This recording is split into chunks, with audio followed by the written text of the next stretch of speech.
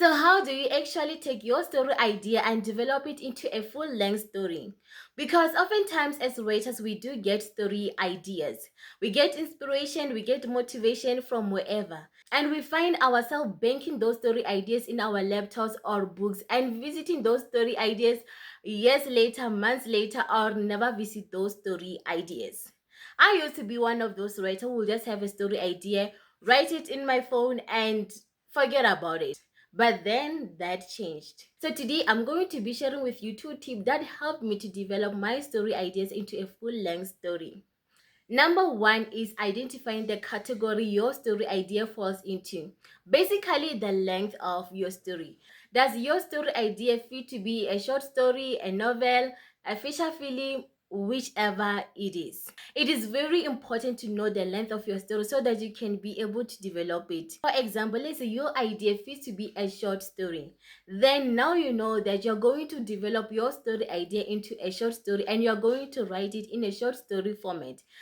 Unlike writing a story without knowing the length, and somewhere in the middle of the story, you decide to develop that story into a novel, and that was not part of the plan. So now you'll have to develop it further, which is going to take a while in developing it and everything, and you might get stuck. So it is very important to know the length of your story before even attempting to write it. Second tip is knowing the genre of your story. Let me tell you, it is very important to be fully conscious on the kind of genre you are writing, because if not, then your story will miss out on important moments.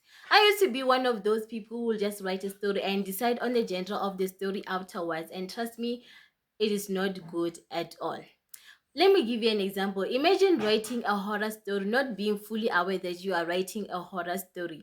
I mean, horror stories have its moments, has its pacing, has its own beats and movements. So if you're writing a horror story not being fully aware, then you may miss out on this important moment to make your story horrific.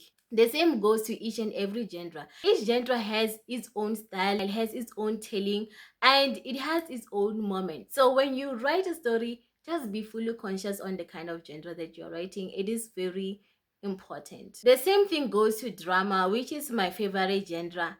It has its own moment, it has its own pacing, and people need drama in those stories. If you're writing drama story and there's no drama in that story, then you're missing out. And if you're writing a story not fully conscious on the kind of genre that you're writing, then it is likely to miss out on those important moments that make the genre specific.